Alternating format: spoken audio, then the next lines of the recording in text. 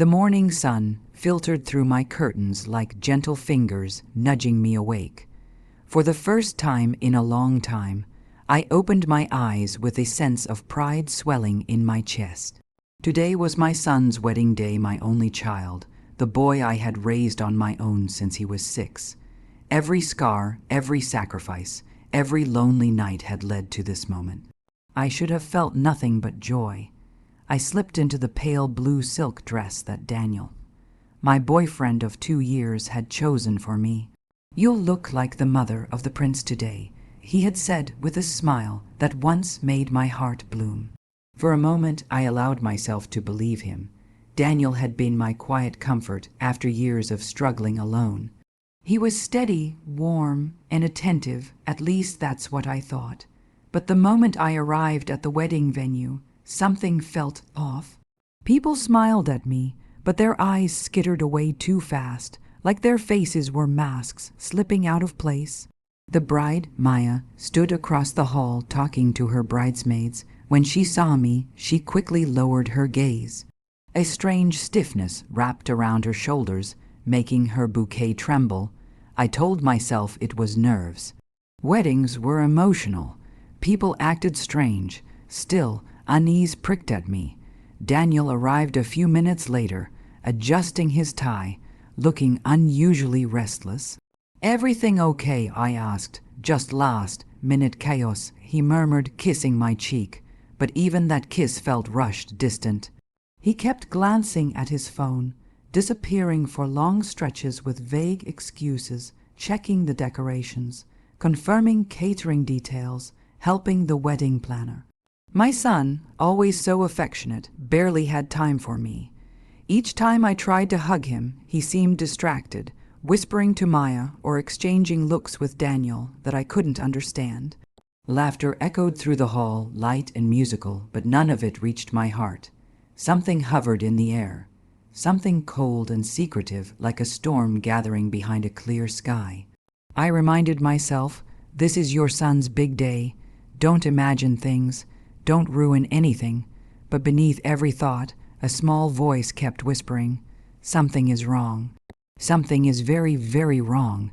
And deep down, without knowing why, I felt the first sting of betrayal, soft, distant, but sharp enough to make my heart tremble. Little did I know the truth waiting for me would break my world apart. The wedding preparations moved into full swing, photographers shouting directions, bridesmaids rushing around, waiters weaving through the crowd carrying trays of sparkling drinks. It should have been chaotic in a beautiful way, but for me, every moment felt heavier, like the air itself was warning me. Daniel had disappeared again. When I asked one of the groomsmen if he had seen him, he shrugged. He went upstairs a while ago, maybe helping the coordinator. Strange. He wasn't part of the planning team. Why was he constantly slipping away? My heart thudded against my ribs as I made my way to the staircase. I wasn't suspicious, just uneasy.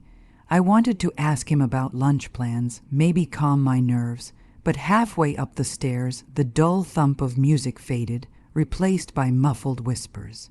A woman's voice, a man's voice, close, too close. I paused. My fingers tightened around the railing.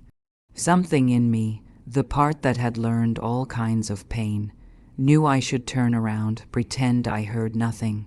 Pretend life was still intact, but I kept walking. My hand trembled as I pushed a door open slightly, and there they were, Daniel and Maya the bride, my future daughter-in-law, pressed together, his hands on her waist, her face buried against his neck, their lips meeting like they had done it 100 times. The world didn't just break. It disintegrated. My breath caught in my throat, sharp and painful. My vision blurred at the edges. For a moment, I couldn't move, couldn't speak. My mind screamed, but my voice remained trapped somewhere deep inside my chest. Maya gasped first and stepped back, her veil slipping from her hair to the floor. "It's not, Mrs. Hale." "Please," Daniel turned, his face draining of color. "Listen to me, please. It's not what you think. Don't." The word came out brittle, fragile, yet final. I stumbled backward, hand pressing against my chest, as if trying to keep my heart from falling apart. The hallway felt narrower, the air thinner. I somehow made it downstairs, each step heavier than the last, until I found my son near the altar, laughing with his friends. When he saw my face, his smile instantly died. "Mom, what happened?" My voice cracked. I saw Daniel and Maya. He froze. His jaw clenched. He didn't look surprised, just terrified. "You knew," I whispered. His shoulders slumped. He nodded. "I didn't want drama today, Mom. It's my wedding. I thought if you didn't find out. The betrayal hit me harder than anything upstairs." My son, my own fleshy, had chosen silence over my dignity. And at that moment, something inside me shattered beyond repair. I walked out of the hall, away from the music, away from the laughter, away from the people who were celebrating a day built on lies. The cool air outside hit my face, but it did nothing to numb the burning in my chest. I sat on the stone edge of the garden fountain, the water shimmering under the noon sun, mocking me with its calmness. My hands shook, my breath trembled, my mind replayed everything. Daniel's lips on Maya's trembling voice, my son's quiet confession. My son, my only child, the boy I sacrificed everything for, he knew, he hid it. He protected their happiness, not mine. 100 memories flashed through my mind. His first steps, his first day of school, the nights I stayed up sewing his clothes because we couldn't afford new ones, the meals I skipped so he could eat, all the things I did with love, and he couldn't offer me truth. Pain curled inside me, but beneath it, something else began to grow. Something steady, something cold, something powerful. A clarity I hadn't felt in years washed over me. They expected me to stay quiet, expected me to smile, swallow the betrayal, pretend everything was perfect because it was his big day. But what about my heart? What about my dignity? What about the respect I had earned over a lifetime of endurance? I stood slowly, wiping my tears not to hide them, but to remove the last sign of the woman who tolerated being taken for granted. Inside the hall, I could see them through the glass doors laughing, drinking, adjusting flowers, acting like nothing had just fractured. Daniel was at the corner, talking to Maya, his posture stiff, guilt smearing his expression. Maya kept glancing toward the entrance, her hands shaking as she pretended to fix her dress. My son stood near the stage, worry shadowing his face. He knew I could ruin everything, and it terrified him. But I wasn't thinking of revenge yet. I was thinking of truth, a truth that needed to be spoken not in rage, not in humiliation, but in dignity. I took a deep breath, pulled my shoulders back, and walked inside. Each step felt like reclaiming a part of myself. Guests smiled unaware, photographers snapped pictures, children ran around, waiters carried trays of champagne. The celebration was alive, glowing, blind to the storm silently building in my heart. And as I crossed the hall, one thought echoed through me, calm, firm, unshakable. If they thought I would suffer silently, they never truly knew me at all.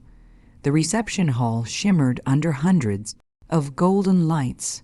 Laughter filled the air, glasses clinked, and the photographer urged everyone to gather for the big reception entry. Guests were busy celebrating a love story they believed was pure, perfect, untouched by betrayal. If only they knew. My son stood on the stage, glancing nervously in my direction. Maya tried to hide her trembling hands behind her bouquet. Daniel kept pacing the corner like a man waiting for his sins to catch up with him. They all watched me, thinking I would stay silent. But I had spent a lifetime being silent. Today, I would speak. The wedding host tapped the microphone. "Before we begin the first dance, the groom's mother would like to say a few words." Applause rang throughout the hall. I walked forward slowly, each step steady, calm, deliberate. The microphone felt cold in my hands, but my heart had never felt clearer. I looked out at the crowd. Friends, relatives, people who thought they knew my story. "Thank you all for being here." I began softly. A mother dreams of witnessing her child's happiest day. I thought today would be that day for me. Smiles spread across faces.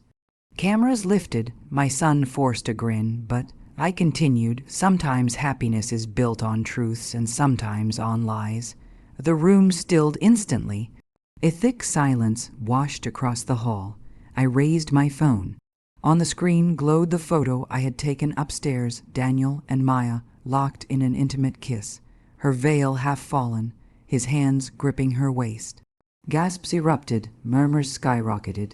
Chairs scraped the floor. My son stumbled forward. "Mom, please." I held up a hand, silencing him. "I am not here to ruin anything," I said quietly. "I am here to free myself from the burden of secrets I never agreed to carry." Daniel stepped toward me, pale and shaking. "It wasn't a don't," I whispered. "You chose your actions. Now they choose your consequences." Maya burst into tears, collapsing onto a chair. Her bridesmaids backed away from her like she carried a stain that might spread. Guests whispered violently. Some recorded, some covered their mouths, some simply stared at me with a mixture of heartbreak and admiration. I placed the microphone back on the stand. "No more lies," I said. "Not today, not in my life." And with that, I walked out. I didn't run, I didn't cry. I walked out with a dignity none of them deserved.